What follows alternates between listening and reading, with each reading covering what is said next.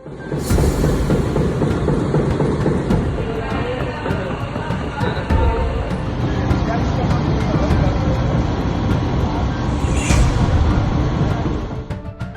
केवल अन्नदाता ही नहीं बल्कि ईंधन देने वाला भी है। ये कहना है फार्मर क्रॉप रेसिड्यू कोल नाम से प्लांट लगाने वाले हिसार के 2 नौजवानों का, जिन्होंने हिसार में लाखों रुपए खर्च कर पराली से कोयला तैयार करने का प्लांट लगाया है और दावा किया है कि सरकार की एक बड़ी समस्या को वो हल कर सकते हैं, लेकिन उसके लिए उन्हें सरकार की मदद की जरूरत है। 20 महीनों से हम लगातार प्रयास कर रहे हैं। हमने बहुत से ऑफिसों में भी मेल भेजी, पर्सनली जाके वहाँ मीटिंग भी की, तो हमें सिर्फ एक ही रिप्लाई मिलता है कि भाई बाद में आना। इसका हमारे पास कोई सोल्यूशन नहीं है। उस डिपार्टमेंट में जाओ, कभी बोलता है कोई इन्वायरमेंट में जाओ, कभी बोलता है कोई MSME में जाओ, कभी बोलता है पावर मिनिस्टर ये करेगा। हमारी सिर्फ और सिर्फ सारे मीडिया भाइयों के थ्रू एक ही दरख्वास्त है कि जो सरकार बहरी हो चुकी है, जो हमारी बातों पर गौर नहीं फरमा रही और बड़े बड़े ढकोसले करती है कि हम युवाओं को ऊपर ले जाना चाहते हैं, हम युवाओं की सपोर्ट करेंगे, युवा आगे कब बढ़ेगा। आज युवाओं ने खुद जब चाहा है अपनी चीज, मतलब कोई चीज को नया बनाने की कोशिश की है। जितने मेरे किसान भाई हैं, अब कुछ महीनों में पराली का सीजन स्टार्ट हो जाएगा। सरकार और किसानों के बीच जद्दोजहद चलती रहेगी, पराली क्यों फूंक रहे हैं। हालांकि पिछली बार तो नौबत केसों तक भी आ गई थी।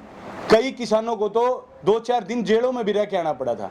मतलब जो किसान किसी से जमीन लीज पे लेके अपना काम चला रहा है और वो केसों की पैरवी कैसे करे। तो हमारी सरकार से सिर्फ एक ही दरख्वास्त है, जो सरकार ये नई नई सब्सिडियां लेके आ रही है, सुपर सीडर पे, स्ट्रा चॉपर पे, और ये नए नए प्लांट लगा रही है। एक कल ही मैंने अपने प्रिंट मीडिया के माध्यम से पढ़ा था कि 1 लाख एकड़ में बनेगा नया बायो पार्क। तो उसकी बजाय अगर सरकार उसका 10% भी हमें दे, 10% भी, तो हम पूरी पराली का निवारण करने का आश्वासन देते हैं। और इसमें हमारा कोई निजी स्वार्थ नहीं है कि हम अपने को पर्सनल फायदे के लिए कर रहे हो।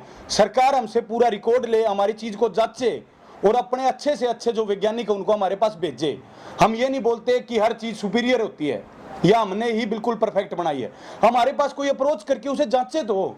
हमारी तो सरकार से सिर्फ एक ही विनती है कि सरकार अपने युवा जो वैज्ञानिक हैं या जो आज HU है, GJU है, ये जितने बड़ी बड़ी यूनिवर्सिटियों में जितने वैज्ञानिक बैठे हैं, वो हमारे प्रोजेक्ट को जांचे। अगर वो कहीं किसी हद तक भी वाइबल है या मतलब पराली की सही उपचार का तरीका है तो सरकार हमें सपोर्ट करे। और वो एक सही तरीका है, क्योंकि हमने हमारे पर्सनल एफर्ट से आज हम 5 लाख रुपए लगा चुके हैं और बिल्कुल अरेस्ट हो चुके हैं। क्योंकि घर वाले भी आज ये बोलने लगे कि भाई नुए धक्के खाने हैं, कि नुए धक्के खाने हैं, कि पूरी तरह से तंग होके। और घर वालों ने मतलब बोल दिया है कि भाई अब से हमारी कोई तुम्हें सपोर्ट नहीं होगी और हम कुछ भी नहीं कर पाएंगे, क्योंकि तुम तो भाई तूड़ी का गलत तूड़ी हो रहे हो।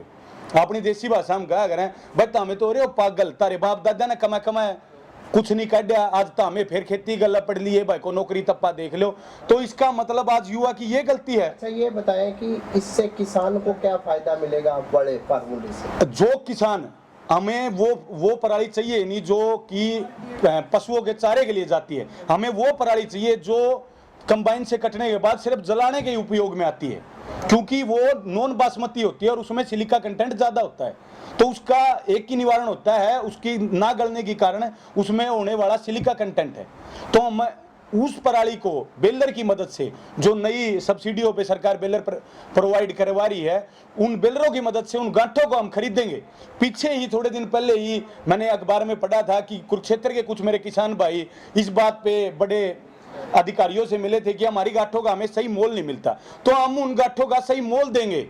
मतलब जो पराली सिर्फ जलाने के काम आती है, अगर उसका कोई मोल मिलेगा तो किसानों को क्यों फायदा नहीं होगा। मैं सिर्फ सरकार से ये पूछना चाह रहा हूं, जो गांठों का आज तक कोई निवारण ही नहीं होता, मतलब मैंने गांठ बनवा ली तो वो बनवा के मेरे को 1 किले में और स्टोर करनी पड़ती है, तो उसका मैं फायदा क्या निकालूंगा। अगर मेरे से कोई खरीदने वाला होगा, उसका कोई कंजप्शन होगा, तो क्यों नहीं किसान बेचेगा और क्यों नहीं किसान को आमदनी होगी। हम एक अच्छे रेट पे उनसे खरीदेंगे और फिर उसको हमारे कोयले के रूप में बना के, और भट्ठों वालों को ये जो चिमनियां चल रही हैं और थर्मल जो NTPC है, सबसे बड़ा कंजप्शन उसमें कोयले का, अगर वो हमें 10% के लिए एग्री हो जाता कंजप्शन के लिए, तो इस पूरी पराली का नमेड़ करने का हमारा आश्वासन है सरकार से। हमारी तो भाई आखिर में एक ही विनती है बिल्कुल आज टूट चुके हैं, कोई हिम्मत नहीं है, घर वालों ने भी सपोर्ट करना बंद कर दिया और लास्ट बिल्कुल एंड आके सारे डिपार्टमेंटों में धक्के खा के लास्ट में अब मेरे मीडिया भाइयों की मदद मांग रहे हैं। भाई हमारी बात वो बैरी हो चुकी सरकार जो हमारी बातों पर सुनवाई नहीं कर रही है, उनके कानों तक पहुंचवाए और हमारी सरकार हमें सपोर्ट करे तो हम पराली का निवारण करेंगे, या फिर सरकार दूसरी तरफ ये ना बोले कि अब जो सीजन आएगा भाई किसानों ने पराली जला दी, दिल्ली को गैस चैम्बर बना दिया, दिल्ली में प्रदूषण हो गया, सांस लेने में दिक्कत हो रही है। अगर सरकार चाहती है पराली का निवारण करना तो हमें सपोर्ट करे, हम पराली का निवारण करेंगे। किन किन अधिकारियों से मिले हो, किन को आपने पत्र लिखा है?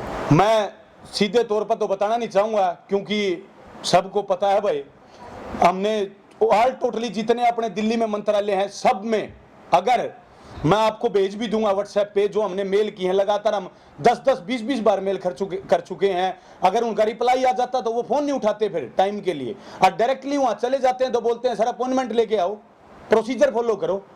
अगर वो सारे मंत्री अपने थ्रू बने हैं और अपने में से निकल के गए हैं तो वो आज क्यों नहीं देते भाई टाइम?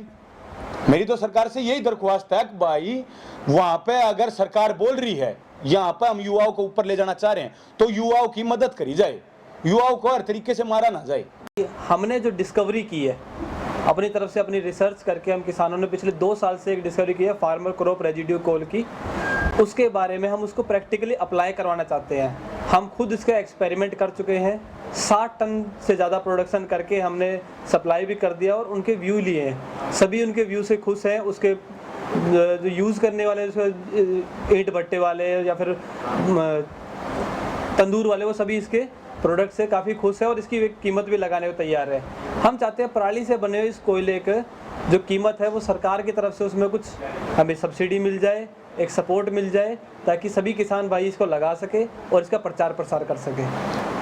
अभी तक हमने इसमें एक्सपेरिमेंट किए हैं अलग अलग तरीके के, जिसके ऊपर हमारे करीबन 5 लाख रुपए खर्च हो चुके हैं। सरकार के अलग अलग अधिकारियों से और सरकार के पास मिलने जाने के लिए पर्सनली अपने सभी पूरे समूह को लेके गए हैं, तो वहाँ जाने आने का खर्चा भी हमारा 3-4 लाख रुपए खर्चा हो चुका है।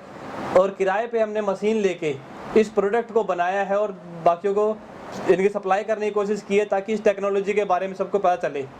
तो कुल मिला के इसके ऊपर 20-25 लाख से भी ज़्यादा खर्च हो चुके हैं, जो हमने अपने नौकरी करके या फिर किसी उधार लेके लोन लेके अपने सोर्स पे ही पूरा सब कुछ मैनेज किया है। घर वालों से भी ये आ गया है कि अभी उनसे और पैसे नहीं मांग सकते, पैसे मांगने के बाद में उनके भी लिमिट हो गई, जाएगा खर्चा करके आएगा।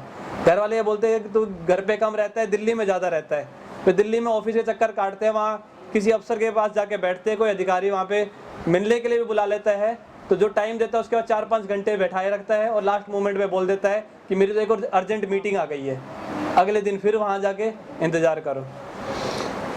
हमने अपने नौजवानों ने प्रेस वार्ता करते हुए कहा है कि अगर सरकार हमें 10% दे तो हम पूरे प्रदेश की पराली का निवारण करने का आश्वासन देते हैं, जो अपने आप में बड़ी बात है। आज पराली जलाने को लेकर भी किसान आंदोलन कर रहे हैं। ऐसे में इन नौजवानों ने सरकार से अपील की है कि वो उनके द्वारा लगाए गए प्लांट में जांच परख कर उन्हें आर्थिक मदद दे, ताकि प्रदेश के युवा उनसे सीखें और कुछ नया देश के लिए करें। अब सरकार इन युवाओं की आवाज को कब तक पूरा करती है या सरकार इन युवाओं की आवाज सुनती है, ये तो वक्त ही बता पाएगा।